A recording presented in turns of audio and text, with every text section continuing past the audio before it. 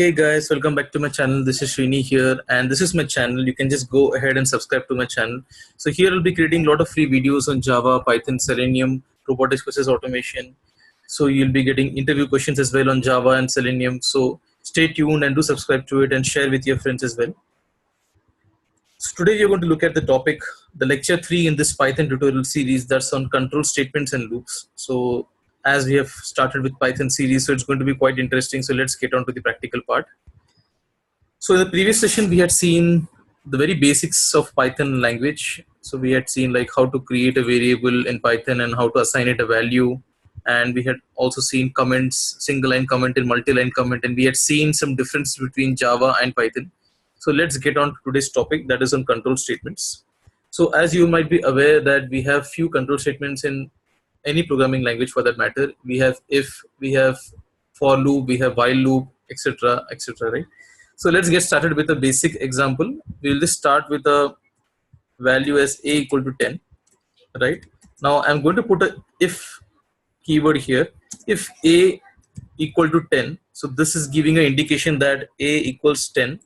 This is how we're going to use the syntax in Python. If a equals 10, we're going to put a colon.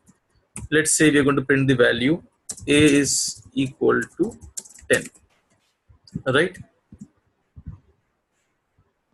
Then what we are going to do, if we have just the if condition, that is it. So let's run this program and see.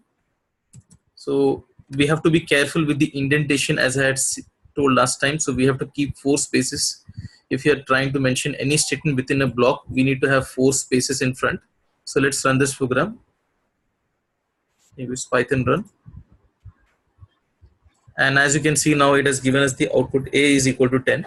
So that is the way we are going to do it. So now what you're going to look at is that, so we have given this particular if condition and we've got the output. Now if we have, let's say, multiple conditions, let's say here the value is 10, right? Now if I want to use some other condition check, I'm going to use elif, like how we have else if in case of Java. Similarly in Python we have elif. So I'm going to say a equal to 20 and then going to say print a is equal to 20. So, and if let's say we don't have any other else if, then we can say else. That is how we write in Python. Just write colon and then say some other value other than 10 or 20, right? So this is how we write if else in case of Python. So let's run this program. So it has given us the output. So as simple as that. Now let's look at the next part, that is like how to use for loop. So for loop, just say for, just give it a, let's say we have j equal to 10, so j equal to 1, let's say. So for j in range, even if you don't say j equal to 1, it should be fine.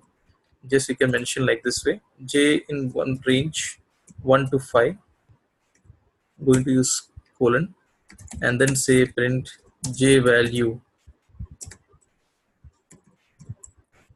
with the value of j.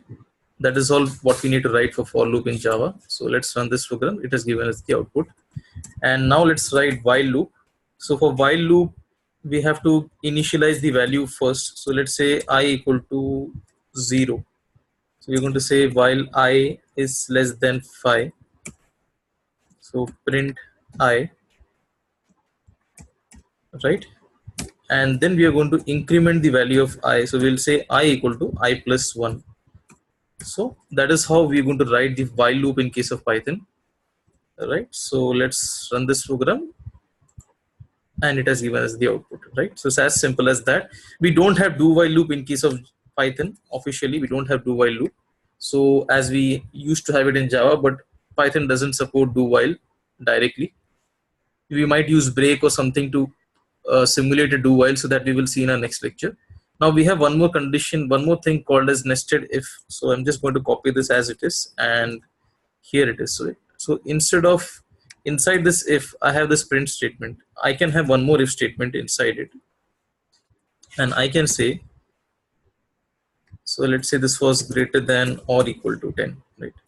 If a is equal to 10, give indentation, print a is equal to 10, and after that you will have a elif a greater than 10, print a is greater than 10, right? Right, so we have got this nested if condition here, that within if there is one more if else if, like if a equal to 10 else if a greater than 10. So that is how we write in case of Python. We will have an indentation of 4 spaces left here, and we'll align else if to the if. So hope you got this particular tutorial session clear on control statements and loops. So let's continue with the other concepts in our next lecture. Thank you so much all.